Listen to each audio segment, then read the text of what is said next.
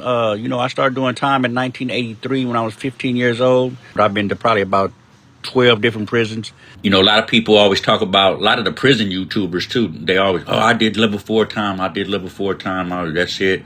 Don't get me wrong. Level 4 yard is way different than any lower levels. But prison is prison. I've seen people airlifted off level 1s, 2s, and 3s. So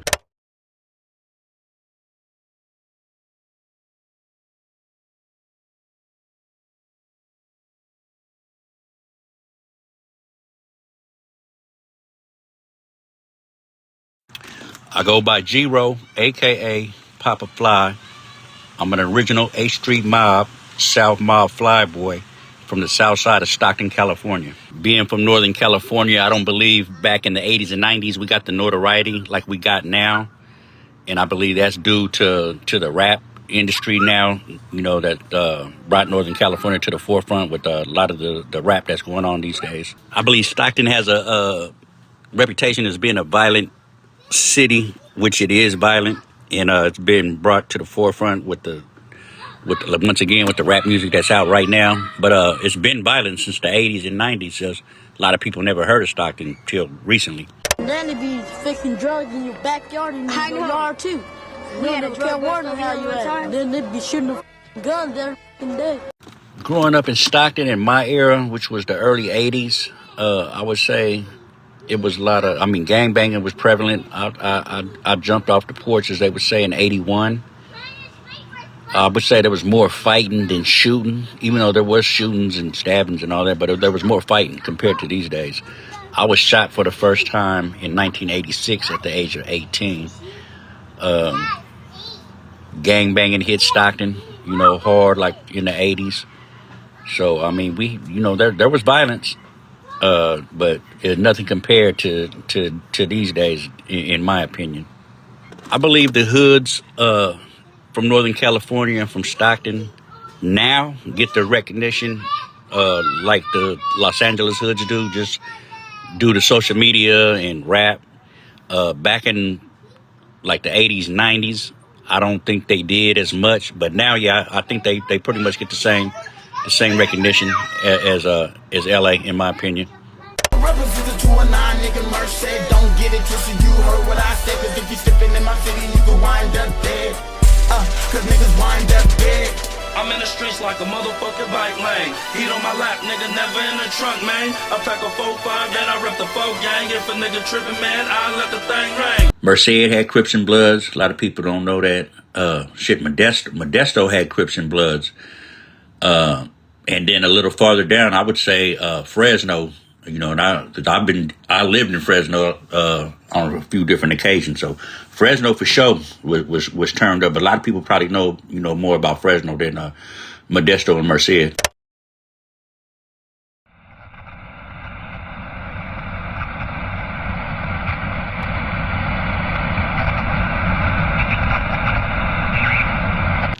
As far as Stockton goes, current Stockton, for any outsiders that don't know too much about Stockton, just know that even though it's a small city, it is violent. And with this rap stuff they got going on right now, I would advise anybody that's not from Stockton, that goes to Stockton, watch what music you play on what side of town, because everybody in Stockton ain't a fan of everybody's favorite rappers. There's different rap shit that's deeper than rap going on in Stockton. I be in the lab with my niggas, get into a bag, false alligated, free bands, all that shit is cap. Outside, just look through the 5, like where they at? Jake's out, I be hella mad, got a double back, glass top, died on his face while trying to pack a bag. I be smoking hella dead niggas, and that dead fag. Fuck the G, call Lil Sleaze, and I beat his ass. Y'all forgot we smoke cheese, niggas, really mix his ass. I be yelling, free all the suckers, wanna see him rap, gotta catch one for FAD, and my nigga Black. I think gangbanging in Stockton compared to LA and Compton in the 80s and 90s was kind of similar. But these days, I would say the difference is LA is still more like traditional Crips and Bloods, whereas as far as Northern California, we have Crips and Bloods, but it's kind of more like block banging, more of the block you're from or the clique you're from. than colors, or Crip and Blood. There's a lot of hoods out here that have both Crips and Bloods. The section I'm from, which is the south side of Stockton, the mob, we're one of the oldest hoods in Stockton, if not the oldest hood in Stockton. We always had a reputation of being, we always had Bloods and Crips since the 80s, which a lot of people don't know. A lot of people think that the hoods that have Bloods and Crips are new or cliques, which ours wasn't. Ours always been since the beginning. We had red rags, blue rags, and black rags. To this day, we do. We had 3 generations of the mob. You had the original 8th Street mob, which I was from. You had South Mob Gangsters, SMG, that was the next generation. And then you have the young homies, which is FLYBOYS 3Z, that's out now.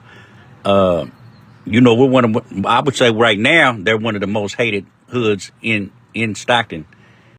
What made me decide to finally get put on the hood is seeing the flash, the older homies with the cars, the girls, the swag.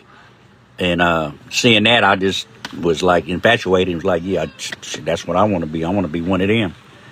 And ended up getting put on 1981.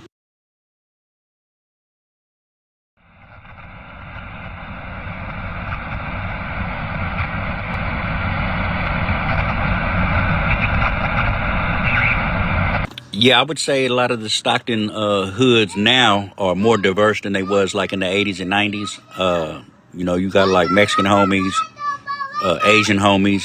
So yeah, I would say it's way more diverse now than it was back in the day. I'm Mexican American. Grew up in a predominantly black neighborhood. I don't speak no Spanish. My wife is black. My kids are mixed. I've always associated myself with blacks and from a black gang. I don't believe I had it hard being a different race growing up in my gang. Because for the most part, like I said, a lot of people thought I was mixed anyway. Growing up in the 80s, I had the jerry curls, the finger waves, the braids, all that. So that wasn't really, didn't really play a part in my gang banging. I was always treated like a regular homie. So I never really had no problems about my ethnicity. The only people that would probably single me out growing up was other Mexicans that knew me, that knew I was Mexicans, but like more the Spanish-speaking Mexicans, because, once they know you don't speak Spanish or don't know Spanish, then they treat you a certain way. Like they distance themselves. Like they don't even want to be, they don't even want to talk to you once they find out you're Mexican and you don't speak Spanish. So I would say, yeah, Spanish-speaking Mexican. Growing up in my era, there was a few other rare breeds. It wasn't as much as today. It was really rare back then, but the two that stand out to me in my era was a white boy Crip and a white boy Blood. You had the white boy from the east side. I seen you guys did a story on him, like Super Cuz. And then there was a white boy Blood from the west side, Doodoo Rock.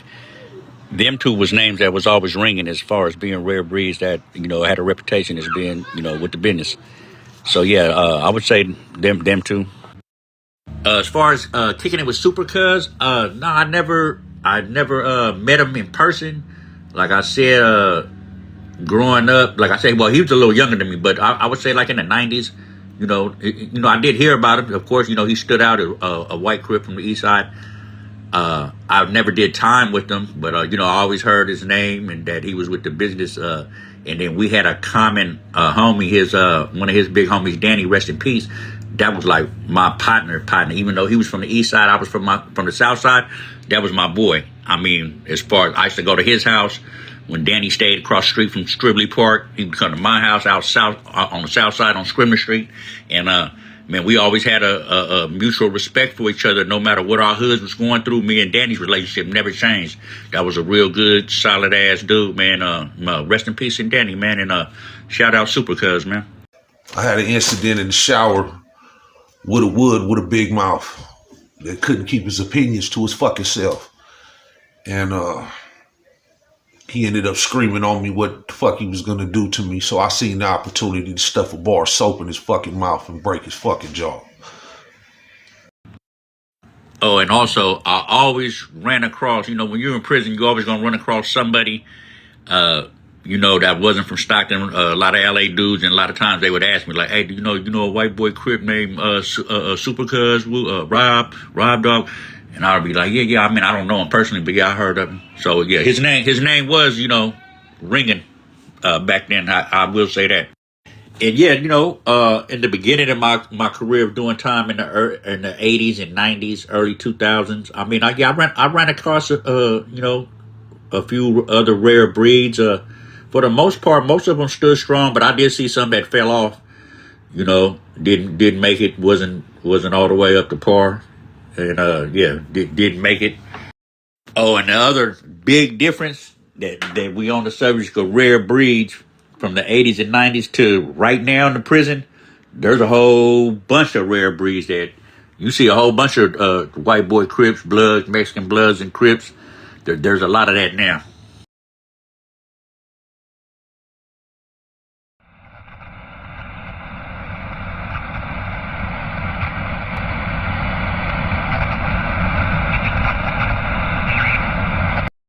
Yeah, before I ever went to prison, I used to hear all the prison stories, and I know it's kind of like a crazy thing to say, but I got to keep it 100. And I was one of them type of dudes. I wanted to go to prison just to say I did it, because that kind of like back in the day made you official if you've been to the penitentiary. So yeah, I kind of got to hear all the stories, and but when I first experienced it, I mean, it wasn't as bad as everybody used to exaggerate and say, but it was prison. It was a wake-up call. So yeah, doing time in the 80s in county jails, prisons, yeah, the racial politics were already in full effect. There probably was even more racial, I would say, in the 80s than current. Over my incarceration career, I never really ran into no problems. I started doing time in 1983 when I was 15 years old. I did the juvenile hall, the county jails. I didn't do the YA, and then the penitentiary from the early 90s all the way to 2017, the last time I paroled. I've been to probably about 12 different prisons. I never had no problems. I could say not because I thought I was one of the toughest dudes ever. I just knew how to conduct myself, and I was always accepted. So I never had no problems during my times of incarceration.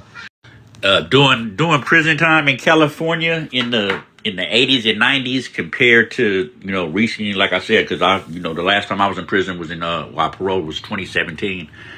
I would just say that it was like a lot more structure in the 80s and 90s. More structure. They had just came out with the point system. Because in the beginning, they didn't have no point system, so you'd be mixed in with everybody. So that goes back to like when people say the level 4s and level 4 time and all this is different.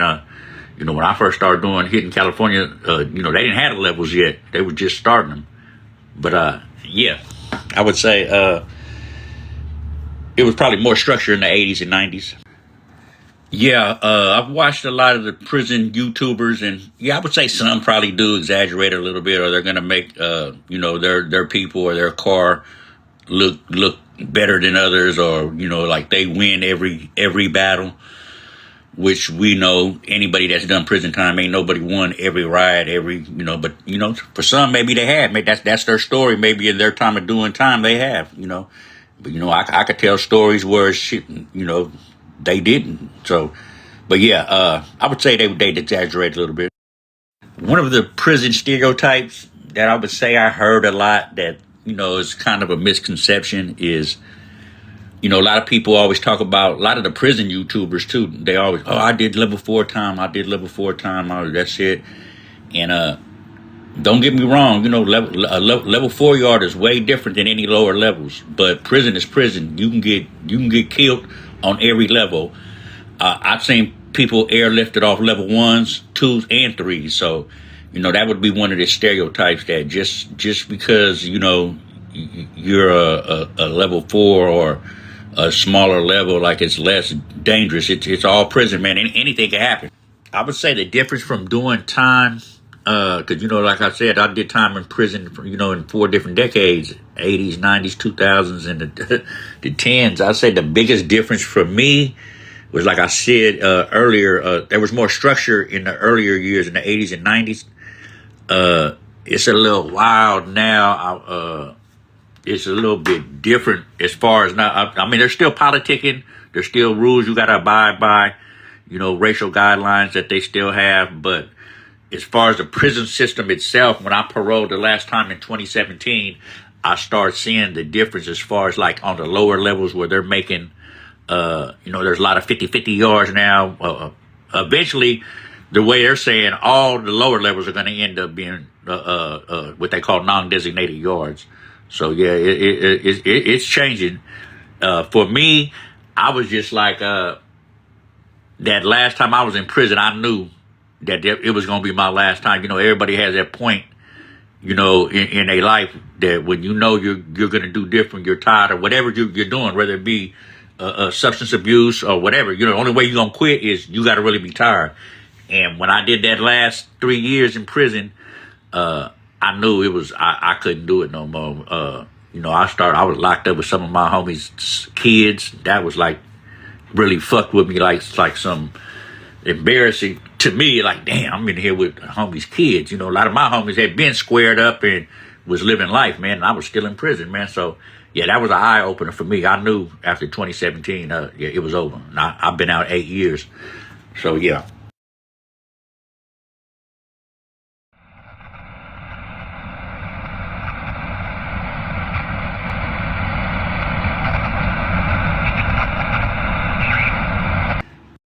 I had a couple of OGs that used to try to keep me on the right path because growing up all the way up to almost high school, I was into sports a lot, man. I played basketball, and but once I hit high school, I didn't have the grades, because I was already gangbanging and doing all that shit, so I never had the grades. I kind of regret that, but yeah, I had a couple of OGs that didn't shit. Not only that, in my household, my dad was a single father that went to work every day. He was never into the gangs, and he always used to be on me about trying to do the right thing. I just fell victim to the streets. A lot of the youth, man, they need role models, man.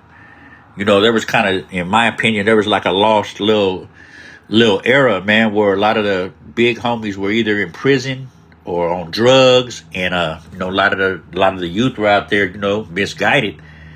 And we got to get back involved with trying to mentor some of these youth, the at-risk ones, man. That when they hit them teenage years, where they're gonna make them decisions on, the street life when they get them temptations, man.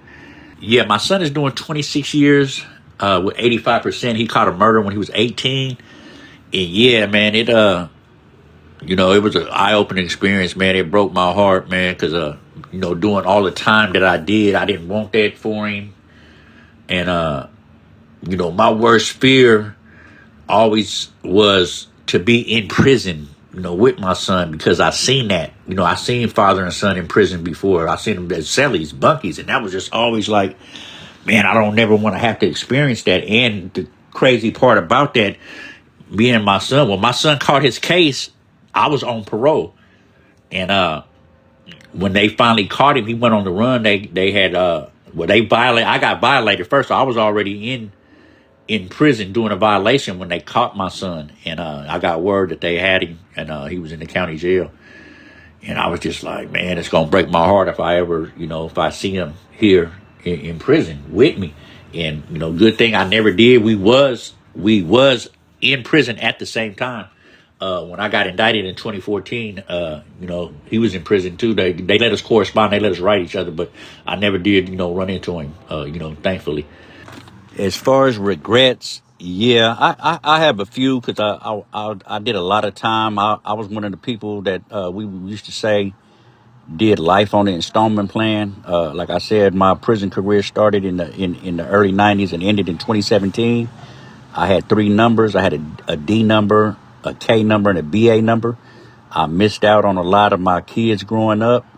So, I regret that, I missed out on a lot of time and could have been a better father to my kids, and maybe led my son in a different path.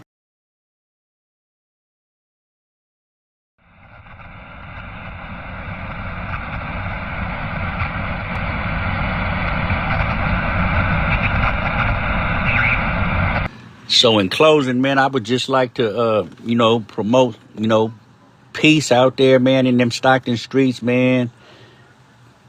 Peace to the youth, man. We gotta make a change, man. We're losing too many young men to prisons and to death, man. Just in the last couple of years, I lost 4 little homies. It's sad, man, but we got to get our youth back, man. We got to let them know that there's a better way, man. For one, the law's not playing with them. The laws are different than us. Now they wiping youngsters down. First offense, they giving them double digits, and it's just a lot of heartache out there, man. We're losing a lot of youngsters. My advice to any young homies out there right now, especially the ones that's hitting that age where they might even be thinking about getting involved in this street shit. The only thing I can tell them is, if you're gonna be a real one, or you think you're a real one, only 2 things come with it, guaranteed that come with it. If you're a real one, that's death and incarceration. If you're a real one, you're gonna do time, and you might get killed or have to kill. And that's a guarantee for the real ones, not the fake ones, the real ones. Them is 2 guarantees, man. So I wouldn't recommend it for nobody, man.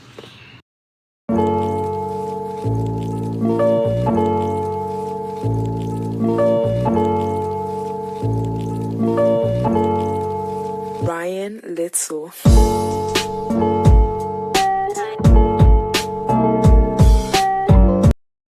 Rare Breed unfortunately doesn't make any money off these videos. Any and every tip is appreciated. Thank you.